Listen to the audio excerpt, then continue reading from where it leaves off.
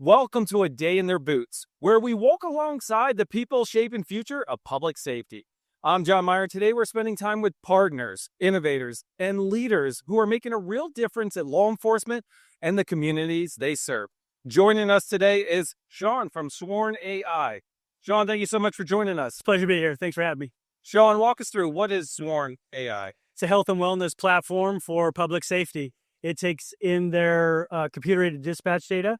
It allows the officers to wear whatever biometric they want. I happen to wear an Oura ring, but it could take in their Whoop and their Fitbit, their iPhone.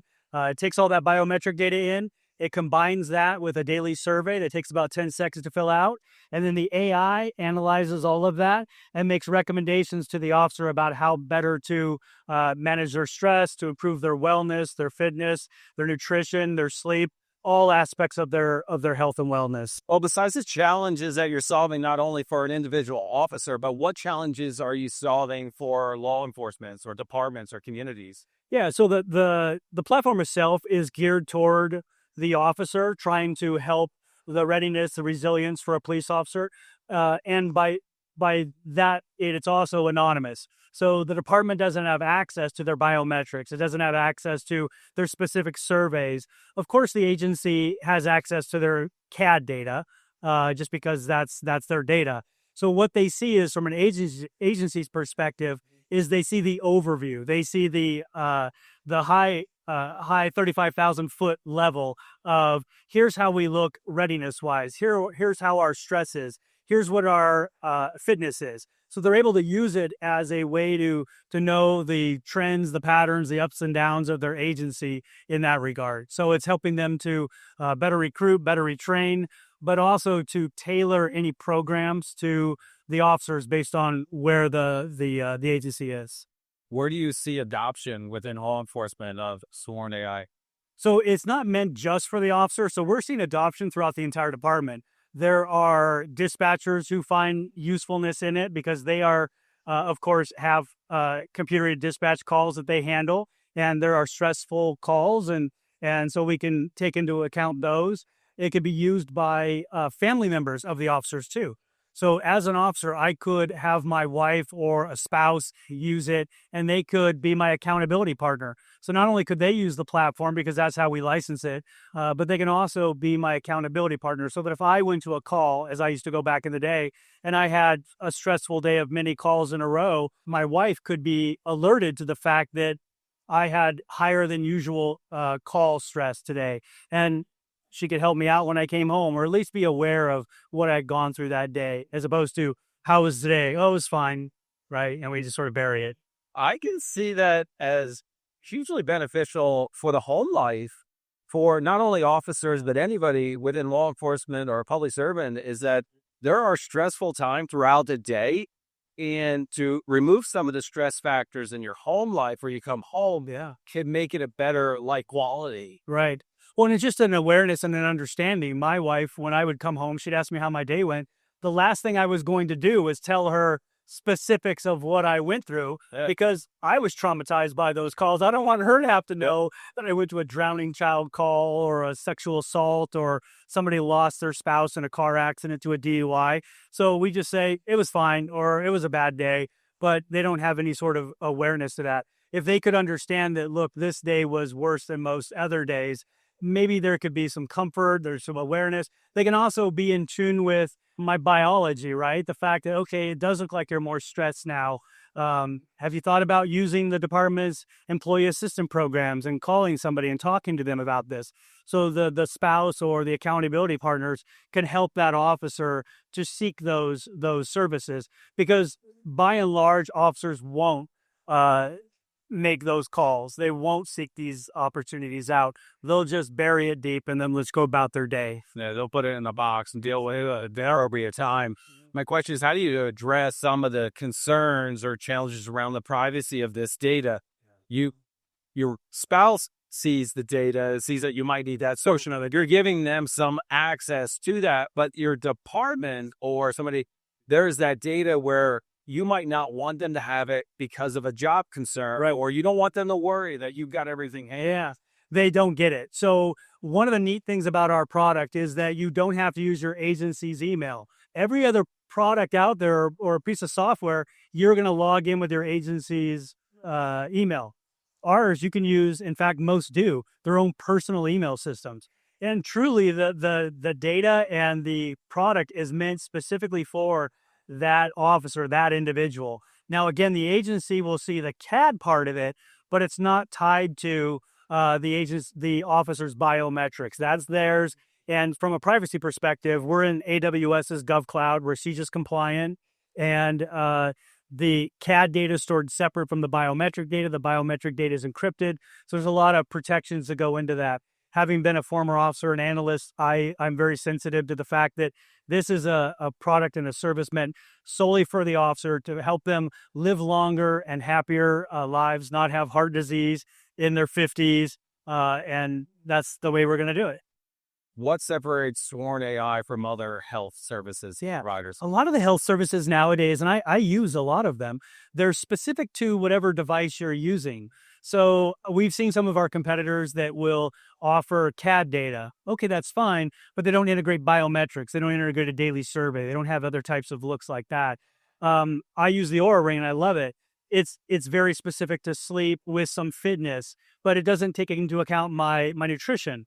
So we can actually do that. We take into account 4 categories. We look at fitness, sleep, nutrition, and then experience.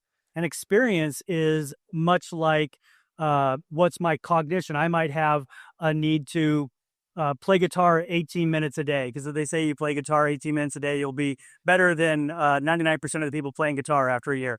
So if you want to do something for cognition, which helps your experience, if you wanted to do something financial or set a goal or be mindful of your financial health and wellness, that actually contributes to your overall health and wellness. A lot of people are stressed because of their finances. What other system takes a look at these stressors from finance? We do.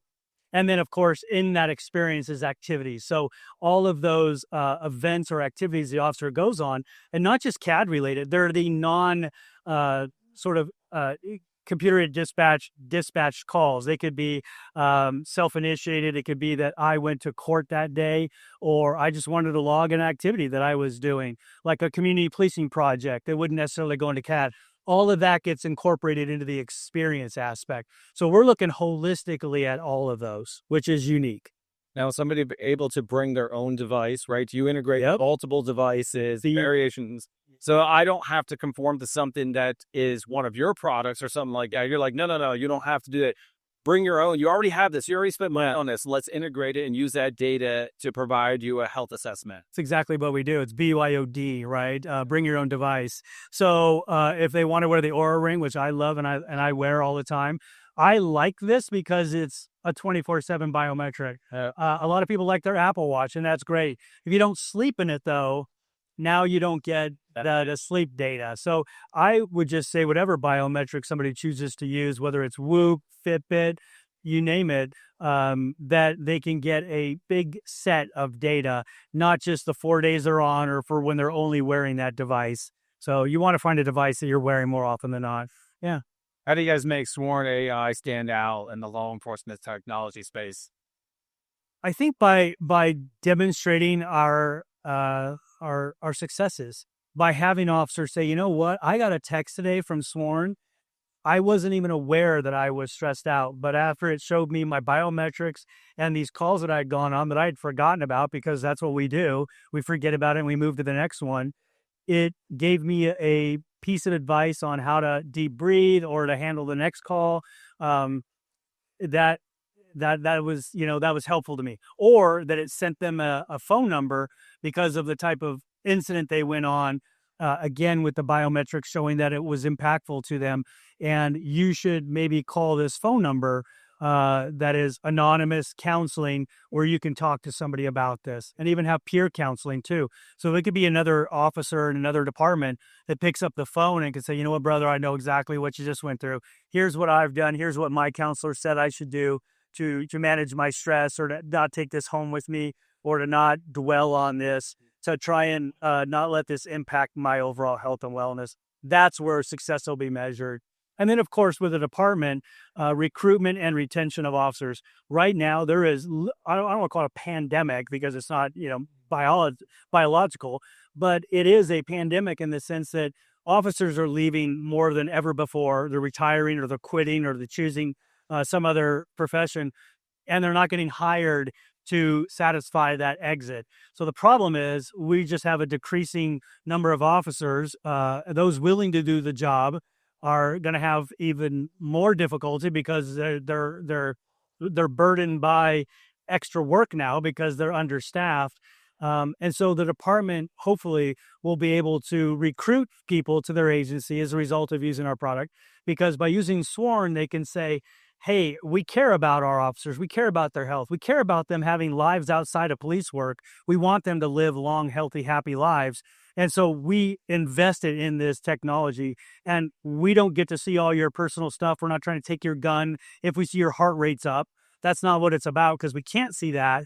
We're here to just give this to you and allow you to be better with it. So I think that'll help their recruitment. And then, of course, officers won't want to leave for another department when they see that their department is using our solution. So that, I hope, is one way. Using the resources to make them better. Yeah. John, my last question for you is, do you have any examples of some of these successes that have helped others, that help people in the field? Yeah, they're anecdotal, but it's been what I've just described. It's somebody writing and saying, that was actually really helpful to me. I didn't realize that I had these critical incidents over the last 3 weeks that have built up and actually caused an impact in my sleep. I didn't know why I was sleeping bad, because you don't, as an officer, you don't realize, oh, wait, I had a sexual assault 3 months ago or 3 weeks ago, and now that's having an impact on me as I keep going about. So anecdotal evidence like that for people saying, look, this is really helpful. That phone number was really timely for me. This has helped me understand where our stress hotspots are in our community. Because one of the things we do is we have a map that shows where the stressful calls or areas are. So to even have an awareness of that, we can alert the officer to say, you're going into an area that's typically stressing other officers out. Here's some things, be aware of that. Just awareness is half it. Yeah. So those sorts of ideas and scenarios. Awesome, Sean. Thank you so much for your time. I really appreciate it. Pleasure. Well, everybody, that's it for A Day in Their Boots. I'm John Myer, and thank you for joining us.